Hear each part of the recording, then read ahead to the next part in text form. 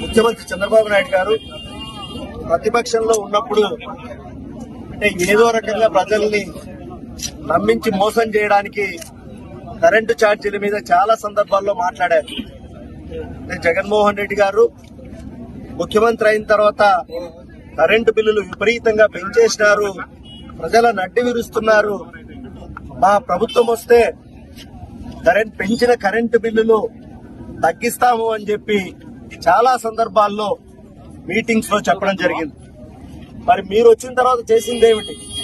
ఆయన ప్రభుత్వంలో మరి కరెంటుని సోలార్ ని ఇవన్నీ ₹4.50 యూనిట్ కొని ఒప్పందాలు చేసుకుని మరి జగన్మోహన్ రెడ్డి గారు వచ్చిన తర్వాత ఆ ఒప్పందాల్ని ₹2.50కే దాదాపు కొన్నా కూడా ఈరోజు సెకితో ఒప్పందం చేసుకున్నా కూడా ఈ రోజు మళ్లీ జగన్మోహన్ రెడ్డి గారి మీద అభాండాన్ని పరిస్థితి చేస్తున్నారు. అంటే వీళ్లకు పరిపాలన చేతగాక కేవలం జగన్మోహన్ రెడ్డి గారిని, ఆయన వ్యక్తిత్వాన్ని, ఆయన పరిపాలనని ఎంతసేపు ఉన్నా చెడ్డగా మాట్లాడడం తప్ప వేరే పని పెట్టుకోలేదు.